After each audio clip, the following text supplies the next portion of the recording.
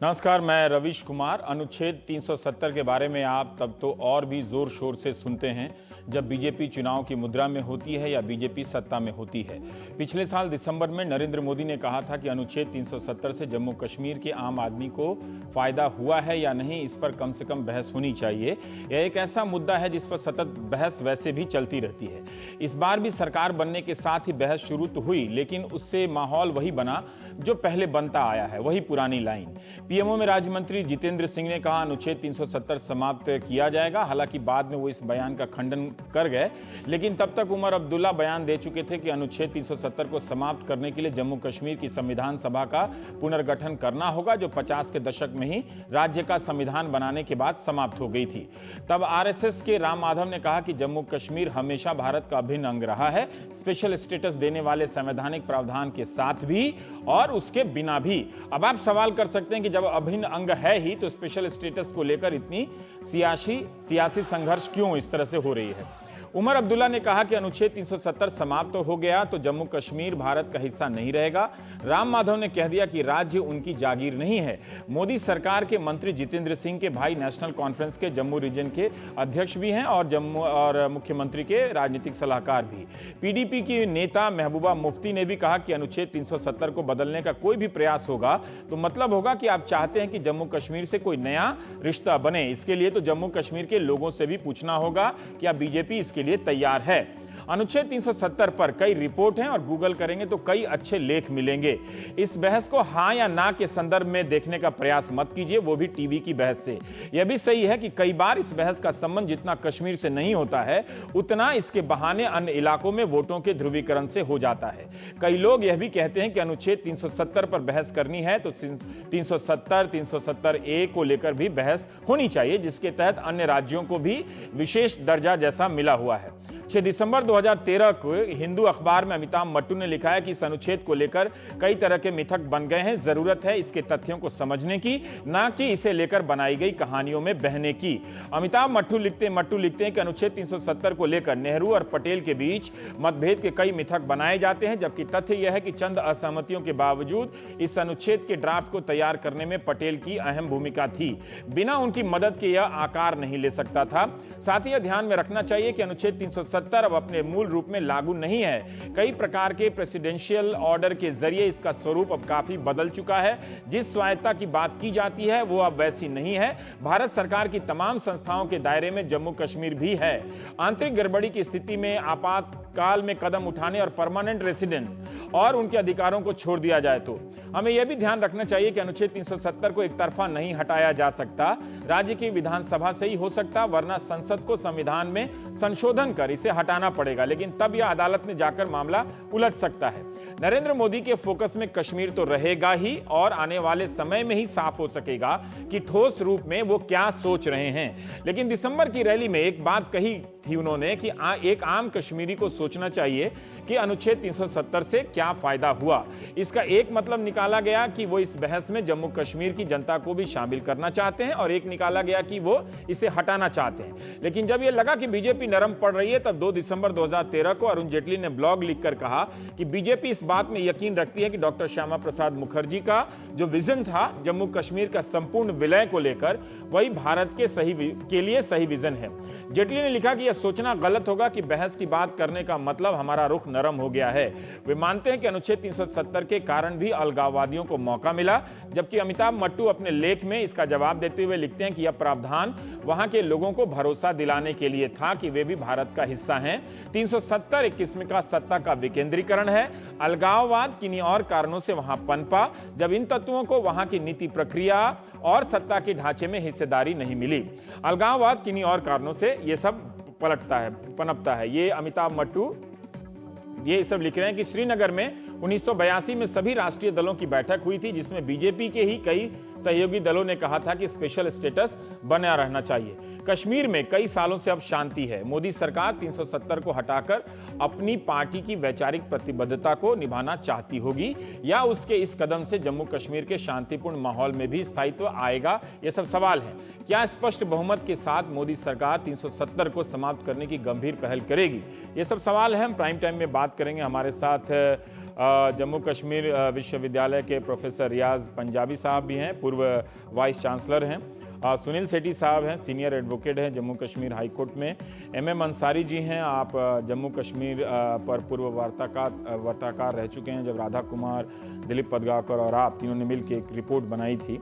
नलिन कोहली साहब हैं, बीजेपी के नेता हैं, और मुजफ्फर बेग जी हैं, सीनियर लीडर हैं PDP के। अंसारी साहब, हम एक बुनियादी बात जान लेना चाहते हैं कि क्या सचमुच जम्मू कश्मीर एक तरफ कहा जाता है कि हमारा अभिन्न अंग है, फिर कोई ये दावा कर देता है कि वो है और इससे कोई नहीं ले सकता है। ये जो विशेष प्रावधान है किसी राज्य को, क्या सिर्फ 370 के संदर्भ में ही है या अन्य राज्यों को भी मिला है? और मिला है तो सिर्फ जम्मू कश्मीर में ही उस प्रावधान को हटाकर हम क्या बाकी राज्यों की तुलना में हासिल करना चाहते हैं? इसका एक संक्षिप्त सा जो टीवी के लायक जवाब हो सकता है तो दे दीजिए, फिर मैं नलिन कोहली जी से पूछूं। जहाँ तक मैं समझता हूँ कि जब पूरा भारत आज़ाद हुआ और बहुत सारे जो पिछली स्टेट से जब वो मर्ज हो रहे थे, तो उस वक्त एक सवाल जम्मू एंड कश्मीर के साथ भी था, लेकिन कुछ वहाँ उस वक्त हालात ऐसे थे नहीं कि उसका मर्जर हो सके। ठीक है, इसलिए कि पाकिस्तान से ऑलरेडी डिस्प्यूट्स हो चुके थे और एक रेफरेंस यूनाइटेड नेशन में भी जा चुका था, और जो प्रॉमिसेस की गई थी उसका मैं जिक्र यहाँ पे खैर नहीं करना चाहूँ। तो कहने का मतलब ये कि हालात कुछ इस तरह के थे जिससे जम्मू एंड कश्मीर का इंटीग्रेशन मर्जर उस तरह से नहीं हो सका जैसे और हमारी पिछली स्टेट्स का हुआ। तो ये बातों को देखते हुए एक स्पेशल प्रोविजन क्रिएट किया गया और जिसके ऊपर बड़ी काफ़ी बहस हुई, कॉन्स्टिट्यूएंट असेंबली में भी हुई, हमारी पार्लियामेंट में हुई, और इस तरह से एक ऐसा लिंक बनाया गया जिससे स्टेट को काफ़ी सॉवरेनिटी, आज़ादी दी जा सके ताकि वो अपने मामले में तमाम तरह की बातें वो पॉलिसी प्रोग्राम अपने बना सकें। और उसमें लिमिटेड एरियाज थे जैसे डिफेंस, कम्युनिकेशन और एक्सटर्नल अफेयर्स, जिसमें हमारी पार्लियामेंट जो है वो कानून बना सकती है वहाँ के लिए। बाकी चीज़ें जो है वो स्टेट गवर्नमेंट के ऊपर छोड़ी गई। तो ये एक ऐसा प्रावधान है जिसके तहत हमने स्टेट की सॉवरेनिटी को रिस्पेक्ट किया, वहाँ के एक स्पेशल कैरेक्टर को प्रिजर्व किया। क्या ये प्रावधान सिर्फ जम्मू कश्मीर के संदर्भ में ही दिया गया या अन्य राज्यों को भी दिया गया? और दूसरे राज्यों के लिए था, इसलिए कि आप जानते हैं कि भारत जो है एक बड़ा काफ़ी डाइवर्स स्टेट रहा है। तो मर्जर जब हुआ तो उसमें बहुत सारी कंडीशनलिटी थी, बहुत सारी ज़रूरतें थीं, लेकिन उनको इंटीग्रेशन के लिए 371 के तहत गुजरात और महाराष्ट्र को कुछ प्रोविजंस दिए गए, आसाम और गोवा या और जो स्टेट्स हैं वो प्रोविजन 371 के आज भी हैं। जी, वो आज भी हैं और वैलिड हैं, लेकिन अनफॉर्चुनेटली उनके बारे में कोई जिक्र नहीं होता और इसका जिक्र होता है। और इसके जो रीजंस हैं वो भी मैं आपको बाद में बस एक बुनियादी बात के लिए कि एक इस तरह का प्रावधान महाराष्ट्र, गुजरात या नागालैंड के संदर्भ में भी किया जाता है, वहां भी आज भी किसी न किसी रूप में। ठीक है नलिन साहब, हम इस बात से अवगत नहीं हैं कि सरकार औपचारिक रूप से क्या करेगी, इसलिए उस पहलू पर हम अटकल भी नहीं लगाना चाहते, क्योंकि उसका पहला या दूसरा या तीसरा दिन है। वो जब सरकार करेगी तो ज़रूर उसकी औपचारिक नीतियां ठोस रूप से सामने आएंगी ही, और वो ऐसा मामला नहीं है कि कोई गुपचुप तरीके से करेगा। लेकिन चूंकि आप बीजेपी से हैं और बीजेपी और संघ में जो भी होता है कम से कम इस मसले पे एक ठोस राय रखता है। ठीक है, जब नरेंद्र मोदी कह रहे हैं कि इस पे एक नए तरीके से सोचा जा सकता है, बहस की जा सकती है, तो क्या हम ये मानें कि आप कुछ और पहलू को जोड़ना चाहते हैं या वही पुरानी बात आप दोहराना चाहते हैं? जो काम आप एनडीए के दौर में नहीं कर पाए, वो ऐसे क्या हालात आपके लिए पैदा हो गए हैं जिसमें लगता है कि अभी एक शब्द को हटा देते, इसको करना जरूरी है इस बार? इस विषय को अगर देखेंगे तो इसके 3-4 पहलू हैं और क्यों उसको आज हम चर्चा कर रहे हैं, क्योंकि पहली बात है इस पर चर्चा पहली बार इस चुनाव के दौरान मोदी जी ने अपनी रैली में कहा। और विषय किस रूप से उठाया? प्रश्न ये था कि क्या इससे फायदा हो रहा है और किसको? जम्मू कश्मीर के नागरिकों की बात हो रही थी। उदाहरण दिया गया कि धारा 370 के रहते कई कानून जो देश के अन्य भागों में, पूरे भाग्य में जम्मू कश्मीर छोड़कर जो लागू हो गए हैं, उनसे वो फायदा जम्मू कश्मीर के नागरिकों को नहीं मिल रहा है। उदाहरण RTI एक्ट, महिलाओं के अधिकारों के ऊपर में, अगर वो कश्मीर से बाहर शादी करते हैं जम्मू कश्मीर से, तो उनके बच्चों के ऊपर में क्या असर होता है, उनके डिसफ्रेंचाइजिंग जो होती है। फिर जैसे प्रिवेंशन ऑफ करप्शन एक्ट, तो इस पर का एक चर्चा होनी चाहिए, ये एक विषय था। दूसरी बात, उसको आगे हम ले जाएं तो जितेंद्र जी ने इस बात को कहा और शाम को कहा कि मैं प्रधानमंत्री, खंडन हो गया, नहीं, उसको छोड़ देते ठीक है ना, हैं। इसलिए उसके बाद क्यों आज ये इतनी चर्चित है, वहां के मुख्यमंत्री ने कई ट्वीट्स बहुत अग्रेसिव रूप से कहा और यूनियन के साथ एक्सेशन के इशू को उन्होंने कहा। तो इसीलिए इसके 3-4 पहलू हैं।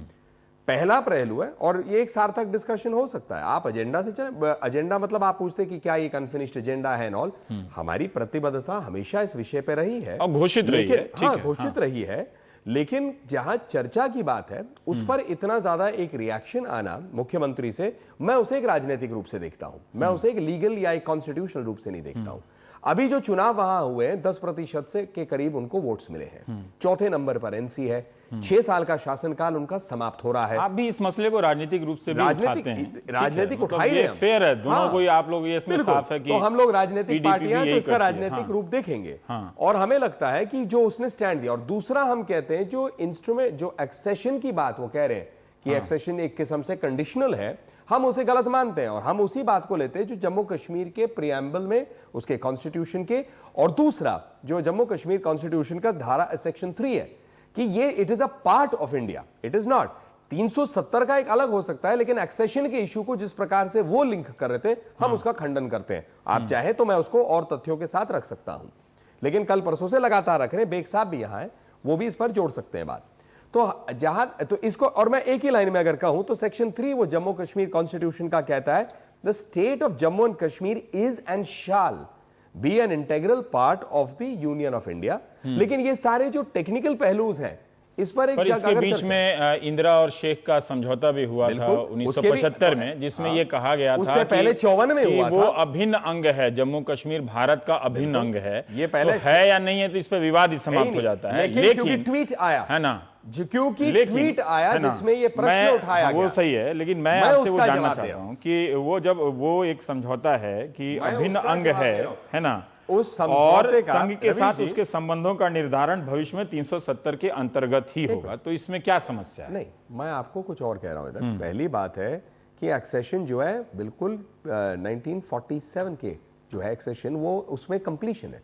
1970 में जो अग्रीमेंट हुए नहीं, उस पर कोई कंडीशनल नहीं है एक्सेशन। हम उस बात को यहां रख रहे हैं और उस सेक्शंस के हिसाब से रख रहे हैं, लेकिन मैं कह रहा हूं 3 कानूनों को RTI एक्ट, तो इसमें तो बहुत सारे कई और है, गैर जम्मू कश्मीर राज्य हैं, वहां भी ये ठीक से लागू नहीं हुआ, reservation, prevention of corruption act वहां भी नहीं लागू हुआ। नहीं, एक मिनट, ना केवल ये SC ST, उन्होंने मोदी, ये प्रश्न कहां उठा जब मोदी जी ने उठाया ये बात कि क्या वहां के मुख्यमंत्री और उनकी बहन के बीच में क्या वही राइट्स हैं इक्वल, तो इसका 370 से तो कोई लेना देना नहीं। तो उन्होंने प्रश्न क्या उठाया? हाईकोर्ट का आदेश है कि ये कानून, ये इसका 370 से कोई लेना देना नहीं है। मैं आपको इसको भी स्पष्ट कर देता हूं कि हाईकोर्ट और क्या असेंबली के अंदर हुआ, वो डिटेल्स निकाल सकते हैं, मैं लाया नहीं हूं आज, ठीक है, लेकिन असेंबली के अंदर में कैसे कानून बनाने की कोशिश की थी इन्होंने, और उसको कानून बनाने की कोशिश हुई, तो इसलिए उसको आप देखें तो 370 के कारण से भी ये कानूनी जो है एक सेपरेट प्रोसीजर में चल रही थी, तो इसीलिए वो लिंक्ड है,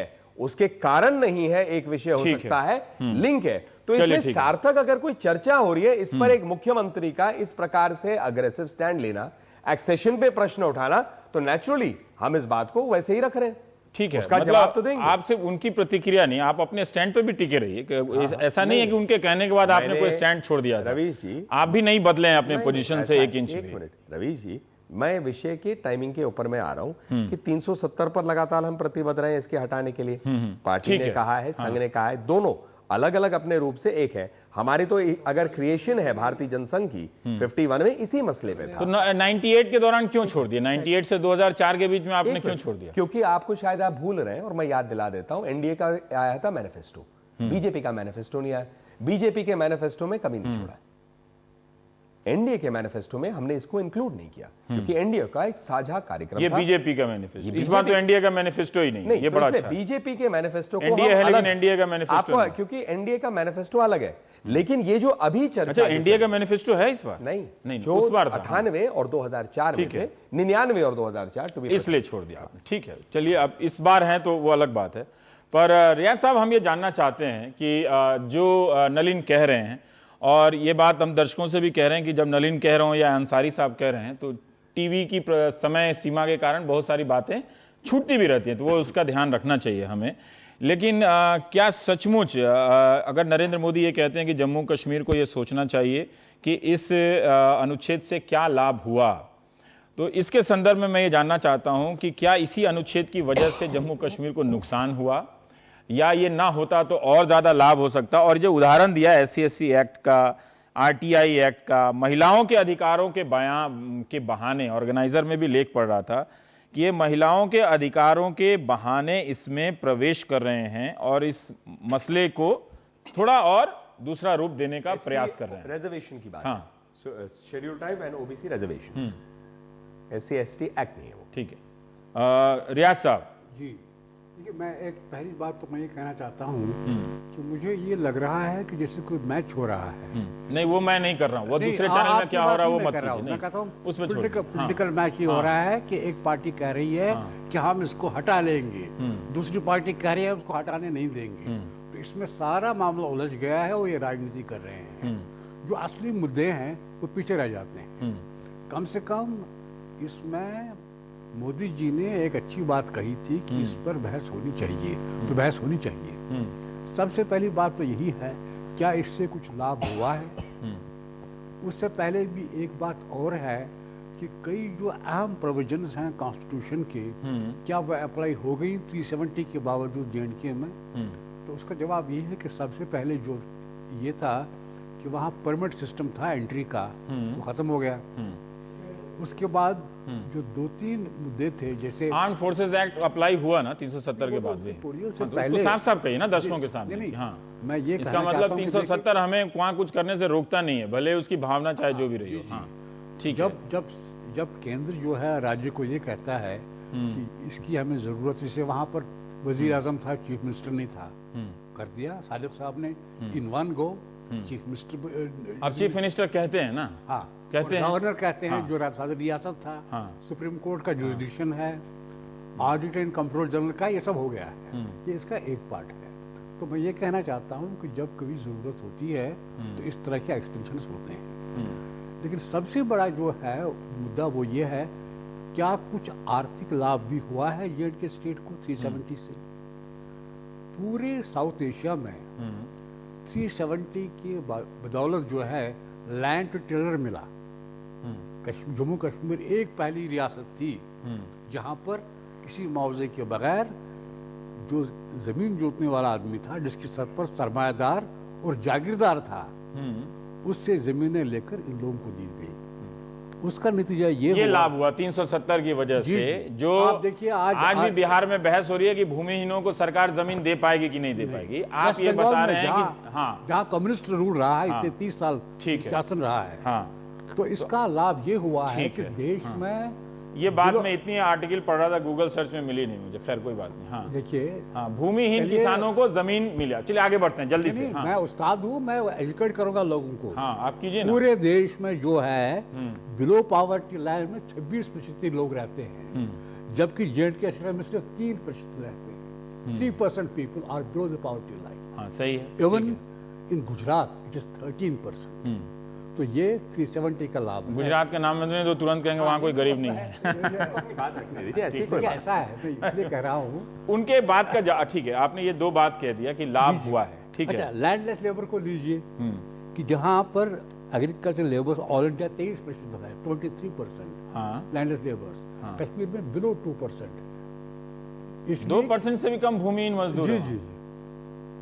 अच्छा। और ये सब मैं एट्रीब्यूट करता हूँ, और ये सब 370 की वजह से। बिल्कुल 370 न होता तो आप लैंड रिफॉर्म न कर पाते, आप जागीरदारों से जमीनें नहीं ले सकते थे, जो पॉसिबल किसी स्टेट में नहीं था पूरे इंडिया में। अच्छा, तो ये फिगर जो है इस तरह की और भी चलेगी। हाँ, ठीक है। ये इकोनॉमिक लाभ और आप जो है, उसके जवाब दें औरतों के कानून के संदर्भ में, RTI एक्ट के संदर्भ में और आरक्षण के संदर्भ में, और प्रिवेंशन ऑफ करप्शन, प्रिवेंशन का, इस पे जवाब दें। हाँ, प्रिवेंशन ऑफ करप्शन एक्ट के बारे में आज नहीं पिछले 30 साल से चर्चा चल रही है वहाँ। और अगर आप इवन केंद्र का देखेंगे किस तरह से डिफर किया पॉलिटिकल पार्टीज ने, ये सिर्फ केंद्र और राज्य का मामला नहीं है।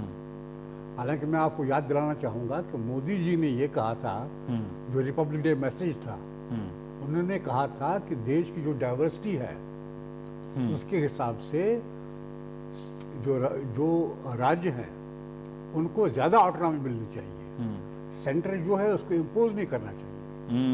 आज हमारे दोस्त इस बात को लेकर आगे नहीं बढ़ रहे हैं। नहीं, हमने कहा है, मैं आपको याद दिला दूं, मैं एक वाक्य में याद दिला दूं, क्योंकि आप यहाँ इनकरेक्ट है। हम तो टीम इंडिया की भी बात कर रहे हैं और फेडरल स्ट्रक्चर की बात कर रहे हैं। इसलिए मुझे लगता है कि इंडिया में जम्मू कश्मीर भी है, वहाँ को कौन कर रहा है? ऐसा है 70 जो है वो उसमें कॉन्फ्लिक्ट है क्या? ये आप कह रहे हैं कि हम सबको ऑटोनॉमी देना चाहते हैं और एक को पहले से ऑटोनॉमी देखिए है। ऐसा है, दोनों में कॉन्फ्लिक्ट नहीं है। बिल्कुल कॉन्फ्लिक्ट कैसे है? हाँ, है ना, अंतर विरोध है कैसे?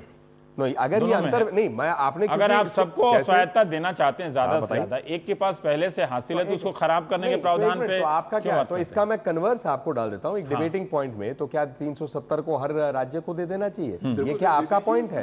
ये आपका पॉइंट हो सकता है, मैं इनसे पूछ रहा हूं। फेडरल स्ट्रक्चर करना बनाना चाहते हैं, एक मिनट, देखिए ये अब ये भी एंगल है कि अगर आप फेडरल स्ट्रक्चर में जाना चाहते हैं तो दे दीजिए। नहीं, पावर दे दीजिए, बिल्कुल, एक मिनट पावर दे। ऐसा है साहब, मैं पहली बात बता दूं, ये अच्छा है, नहीं, दोनों तरफ से ये आपका, मैं आपसे कह रहा हूं, आज जो है एक जो जहां प्रॉब्लम लगातार आ रही है, जो अभी सारे अच्छे गुण इन्होंने गिना दिए, एक अगर गुण और भी बता देते वो गवर्नेंस का, कि इस देश में सिर्फ एक ही जगह टोटल पॉपुलेशन कश्मीरी पंडितों की, जो इसकी यहां पर बात हुई, वहां से निकाली गई, आज तक वापस नहीं गई, कोई इसमें नहीं है। मुझे एक उदाहरण और दे दीजिए पूरे भारत में जितने हमारे राज्य हैं जहां पर टोटल पॉपुलेशन एक वर्ग का निकाला गया हो और कुछ ना हो, मतलब अच्छी चीजें, पॉवर्टी बिलो। इस संदर्भ में आपने 98 में क्या किया था? एक एनडीए के समय में मैं कितने लोग वापस नहीं, बिल्कुल आपका प्रश्न बिल्कुल सही है और स्वाभाविक है, नहीं हो पाया, लेकिन यही उतना ही प्रश्न उठता है कि मुझे बताइए 10 सालों में क्यों इनके वापसी का स्वायत्ता से क्या लेना? एक मिनट, तो इसीलिए मैं 370 का और इनकी वापसी से क्या लेना देना? क्या 370 रोकता है इनको वापस ले जाने में? मैं आपको पहली बात कहता हूं, देखिए मैं इसको पहले ही रख रहा हूं, हमारे विचार हैं, हम अपने रखेंगे, इनके विचार है, एक मिनट, तमाम पहलुओं को पलट के देखना चाहते हैं, इसमें कोई गलत बात नहीं है। हाँ। लेकिन क्या एक चर्चा करने में कोई दिक्कत जो नहीं। विवाद हो रहा था, और सेकंड क्या है कि इसके फायदे नुकसान देखा जाए। कोई थोड़ी ना किसी राज्य के साथ नुकसान करने के लिए हम कुछ करेंगे। अंसारी साहब, एक दो इश्यूज अभी निकल कर आए हैं जिसके ऊपर बहुत ही मुख्तसर में मैं जवाब देना चाहूँगा। पहली बात तो ये कि जो राइट टू इन्फॉर्मेशन एक्ट की बात कही गई है, ये ठीक है कि हमारा हिंदुस्तान का एक्ट अलग है, लेकिन जम्मू एंड कश्मीर में भी RTI लागू है, एक्ट है, तो ऐसा नहीं है कि उनके यहाँ एक्ट नहीं है, एक बात। दूसरी बात ये जो आपने कहा कश्मीरी पंडित्स के वहाँ पे जाने की जो बात है, तो सवाल सिर्फ कश्मीरी पंडित्स का ही नहीं है, बल्कि और डिस्प्लेस पर्सन्स की भी बात है जिनको वहाँ पे राइट्स अवेलेबल नहीं है, जिसके लिए कि भारत और जम्मू एंड कश्मीर गवर्नमेंट भी इसके लिए रिस्पॉन्सिबल है। लेकिन इस स्टेज पर ये भी बताना चाहूँगा कि एक स्पेशल प्राइम मिनिस्टर स्कीम रही है फॉर रिहेबिलिटेशन ऑफ पंडित्स, लेकिन मैं समझता हूं कि उसके लिए बहुत सारे टेकर्स नहीं हैं। उसके रीजंस और भी हो सकती हैं, लेकिन मैं बताना चाहूँगा कि एक बड़ी comprehensive scheme government of India ने लॉन्च की और पिछले 10 सालों में बहुत उसका कोई नतीजा ठोस नहीं निकला, इसलिए कि उसमें काफ़ी अमाउंट एलोकेटेड है और हमने अपनी इंटरलॉक्यूटर्स रिपोर्ट में भी इसका जिक्र किया है कि उसमें यूटिलाइजेशन जो है लेस देन 25% था, जबकि काफ़ी पैसा जो है वो लैप्स हो रहा था, इसलिए कि जिस तरह की अरेंजमेंट थी, बहुत सारे जो कश्मीरी वहाँ से आ गए, सम और अदर वो उनको कहीं RTI एक्ट है वहाँ पर, RTI एक्ट है और वो स्कीम और महिलाओं के अधिकार वाले पे बात कर लीजिए कि जो क्या उसका संबंध 370 से है क्या? मैं समझता हूँ कि उसके लिए भी वहाँ पे कुछ रिफॉर्म आया जिसमें कि वो राइट्स जो आप कह रहे हैं कि नहीं है, उनको राइट्स हैं। ये नहीं, मैं समझता हूँ कि अभी थोड़ी देर में आपको बेग साहब बताएंगे, पूछ लीजिए, बेग साहब चले गए। हाँ, ठीक है, नहीं इसलिए थोड़ा स्पष्टीकरण मैं चाहता हूँ, मैं भले रुक जाऊँ एक सेकंड, ये महिलाओं वालों पे फिर ये रह जाएगा, क्योंकि मैं देख रहा हूँ कि RSS या मोदी जी ने भी उन्होंने कहा था अपने भाषण में कि उमर अब्दुल्ला साहब आपको जो अधिकार प्राप्त है क्या वो आपकी बहन को है, तो इस पे मैं चाहता हूं हमारे दर्शक को एक क्लैरिटी मिल जाए इसमें। मेरे ख्याल से है, क्या ये 370 की वजह से नहीं है, और क्या अगर इस तरह का कानून दूसरे राज्यों में है और वहां 370 नहीं है तो केंद्र क्या कर सकता है जी, है ना? क्या वो हटा देगा वहां का कोई कानून? तो इसलिए आप इनसे पूछिए। इसमें कोई शक नहीं है कि ये बड़ा वीक पॉइंट है और ये पिछले 60 साल से रिजॉल्व नहीं हुआ शेट्टी साहब है, एक से नारों सर। हाँ, रिजॉल्व नहीं हुआ है और इसको रिजॉल्व करना ये वीक चाहिए। पॉइंट है अभी, है ना? जी, ये इसमें अभी कोई शक नहीं है, लेकिन इसका 370 से कोई संबंध नहीं, कोई संबंध नहीं। ये एक अलग मुद्दा जो है। हाईकोर्ट का भी और- आदेश है, लेकिन वहां ये दो राजनीतिक जी, दल जी। और उसमें कांग्रेस, पीडीपी, नेशनल इसमें- कॉन्फ्रेंस ने मिलकर एक बिल आया था। 370 का इससे कोई संबंध नहीं है। ठीक है। दूसरी बात जो आपने कही, हाँ, कश्मीरी पंडित कश्मीरी समाज का एक अंग है, और ये अंग जो है अलग है, हो गया है, क्यों हुआ है इस पर चर्चा होनी चाहिए।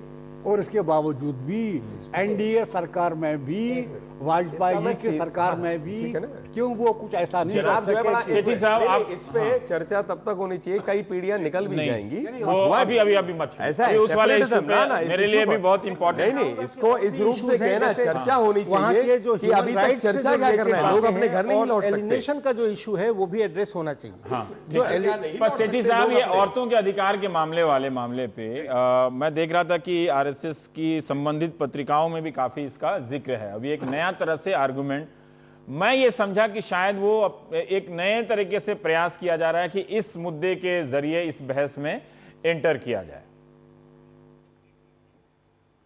नहीं, देखिए, ये मुद्दा इससे अलग नहीं है। ये मुद्दा जो है विमेन्स राइट का आर्टिकल 370 से हट के नहीं है। आर्टिकल 370 के अंडर ही आर्टिकल 35A जो है वो प्रेसिडेंशियल आर्डर से इंट्रोड्यूस हुआ 1954 में, और आर्टिकल 35A प्रोटेक्ट करता है वो सारे के सारे स्टेट लॉज जो स्टेट सब्जेक्ट को डिफाइन करते हैं। स्टेट सब्जेक्ट लॉज की वजह से विमेन्स का राइट जो है वो इफेक्टेड था।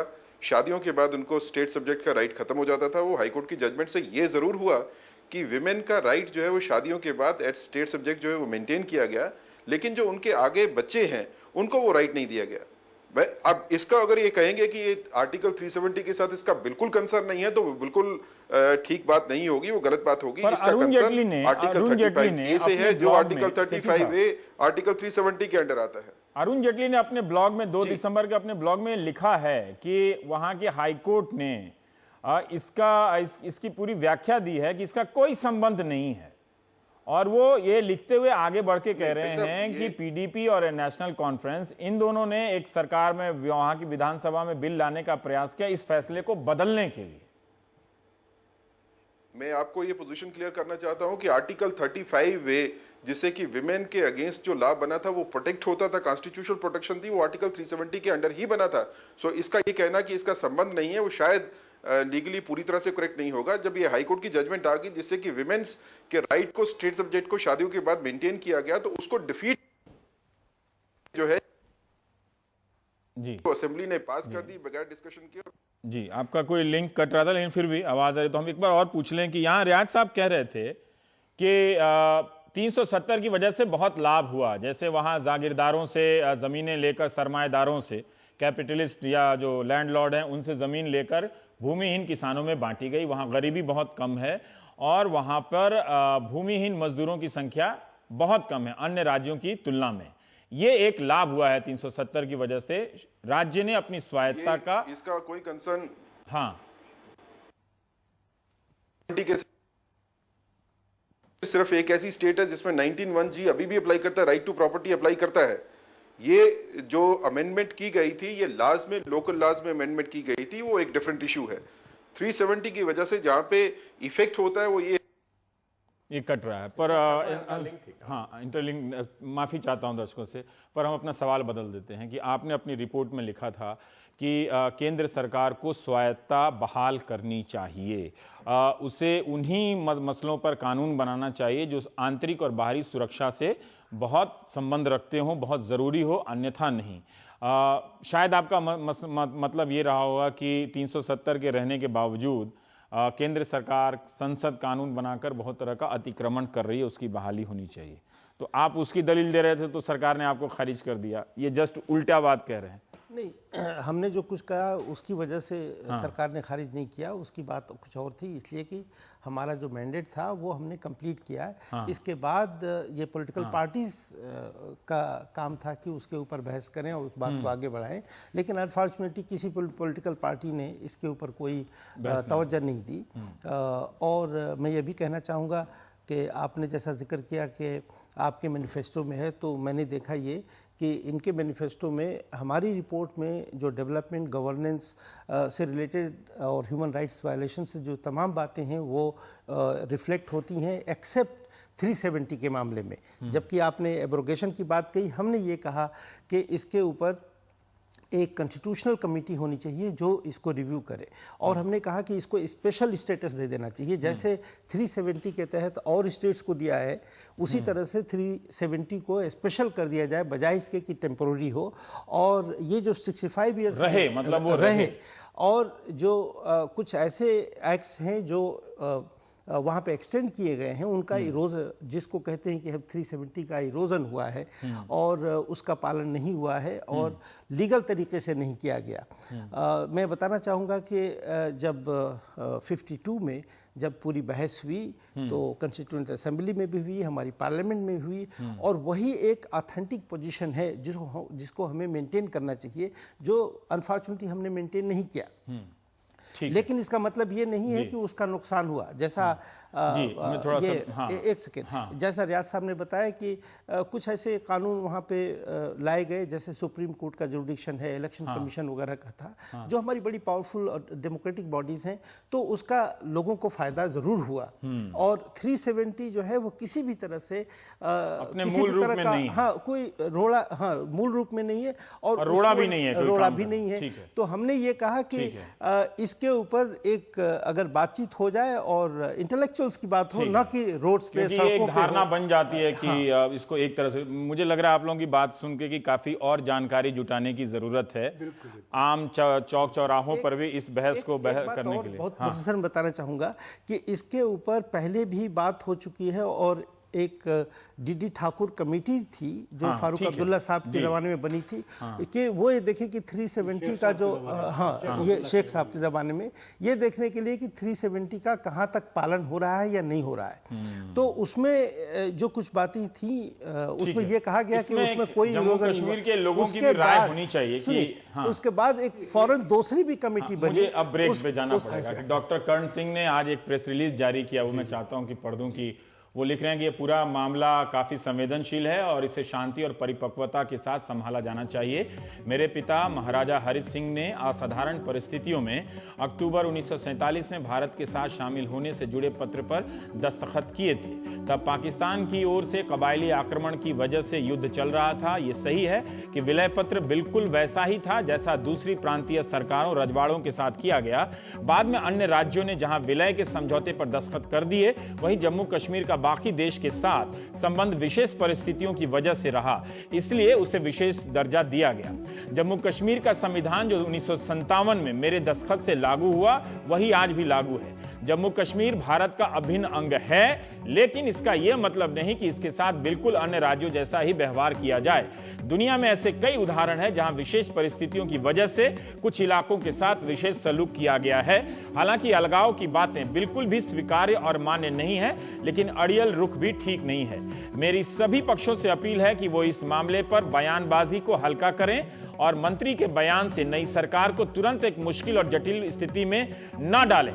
जम्मू कश्मीर के पूरे सवाल को जोड़कर देखने की जरूरत है। इसके राजनीतिक, संवैधानिक, कानूनी और अंतर्राष्ट्रीय आयाम हैं। जम्मू कश्मीर पर ऐसी व्यापक दृष्टि की काफी समय से जरूरत है, लेकिन इसे टकराव के बजाय सहयोग भरे रवैये से देखा जाना चाहिए। हम छोटा सा ब्रेक लेंगे। हमारे कार्यक्रम में भी कोई टकराव नहीं है, हम सहयोग ही निकाल रहे हैं कि कहां से कहां इसे समझने के अलग अलग पहलू क्या हो सकते हैं। आप छोटे से ब्रेक के बाद लौट रहा हूं।